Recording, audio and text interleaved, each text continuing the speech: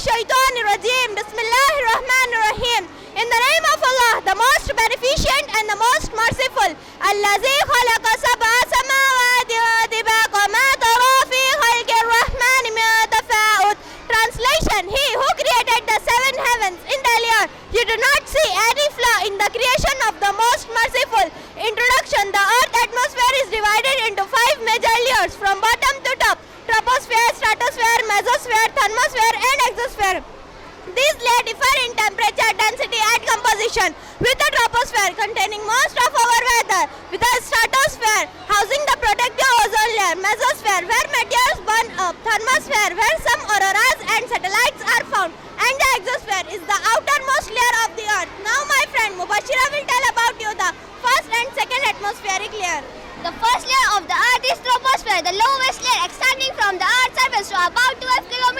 It contains almost air, plants and animals need to breathe most of the water vapor and nearly contained by earth's surface. The second layer is stratosphere. It lies above the troposphere, extending to about 50 km. This layer features the ozone layer which absorbs harmful ultraviolet radiation, heating the stratosphere with increasing altitude, make preferred altitude for commercial jets. Now my friend Anam will tell about you the third atmospheric layer. Third one is mesosphere, situated above the stratosphere, extending to about 80 kilometers. It is the coldest layer of the atmosphere, with the temperatures dropping significantly at high altitudes.